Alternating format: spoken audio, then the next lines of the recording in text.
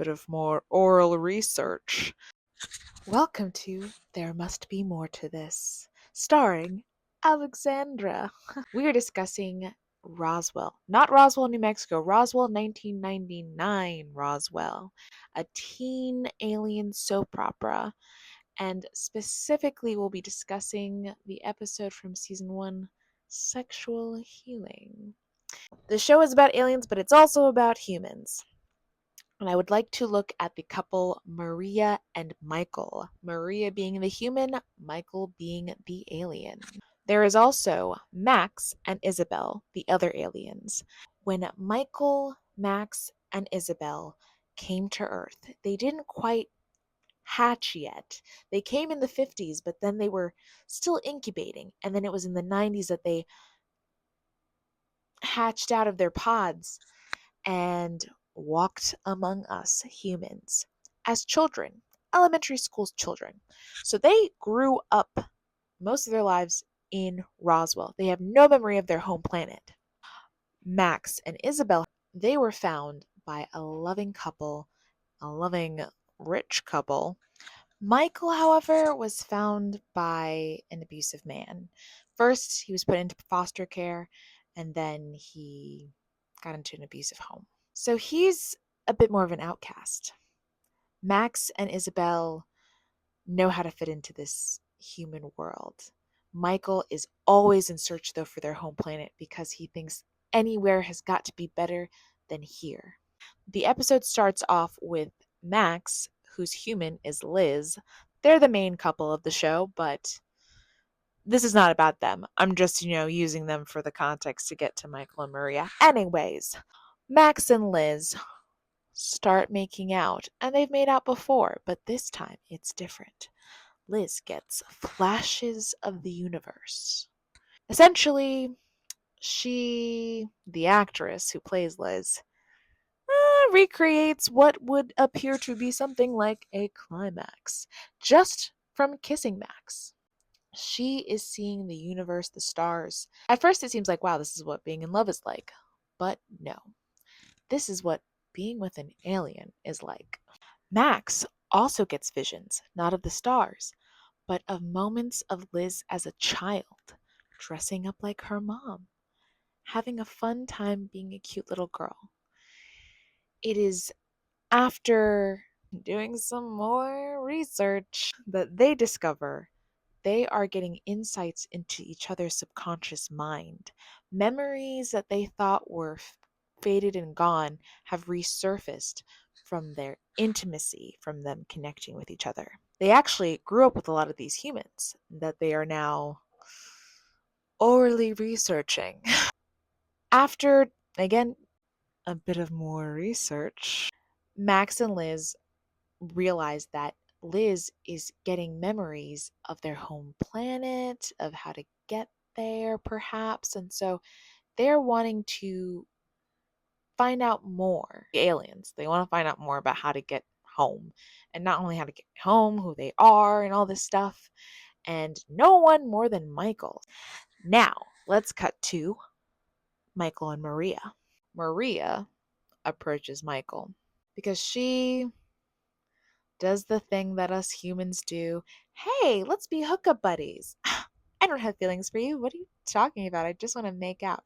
But obviously, she has feelings for him and she thinks this is a way to get closer to him. They start making out for research.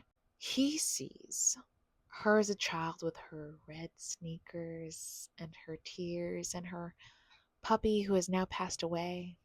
And she pretends to see the stars.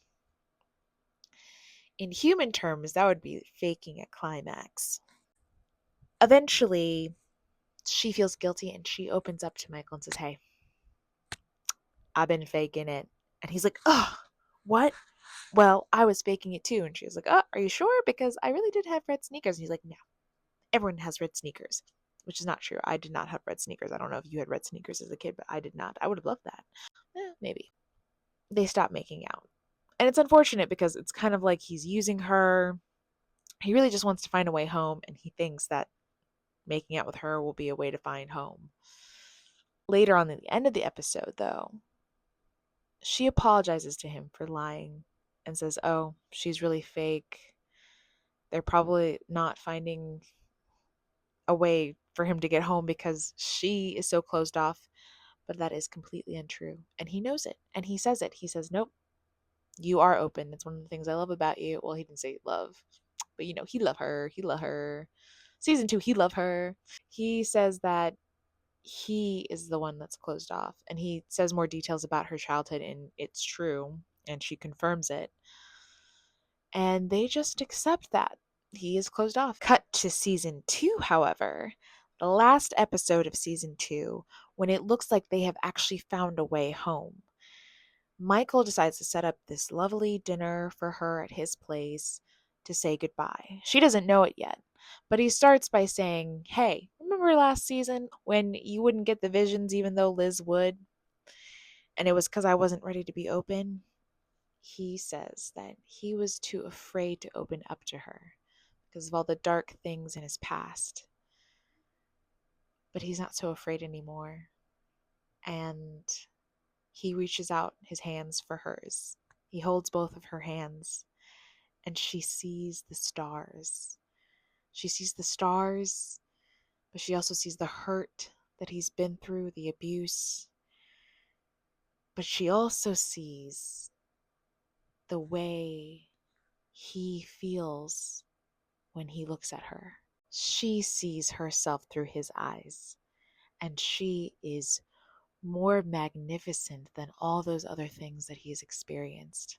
She's greater than the stars, than the heartache, and she's brought to tears, and tears of joy. And it's a greater lesson to have that episode, the episode in season 1, be sexual healing. And they were the first couple to actually take the plunge in intergalactic sexual research.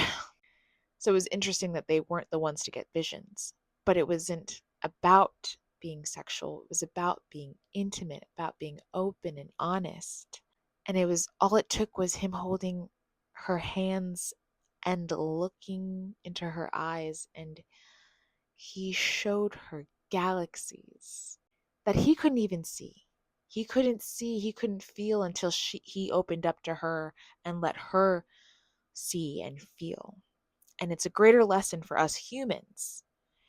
That's what I love about the show, that you can explore complex human challenges and experiences through fantasy, through sci-fi, through metaphor, through symbolism, because it's hard in our everyday lives to talk about these things.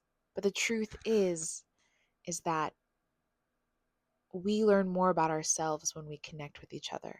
There are some things about ourselves that live in us that cannot be seen until we let someone see it first. And that is the lesson that I am taking, one of the many lessons I am taking from Roswell, that it is so important. If you want to know who you are, if you want to go home, you need to let people see you. You need to let people love you. And that's today's episode of There Must Be More to This. Please stay tuned for other episodes where we discuss all the wonderful lessons that television can offer us. Have a great day.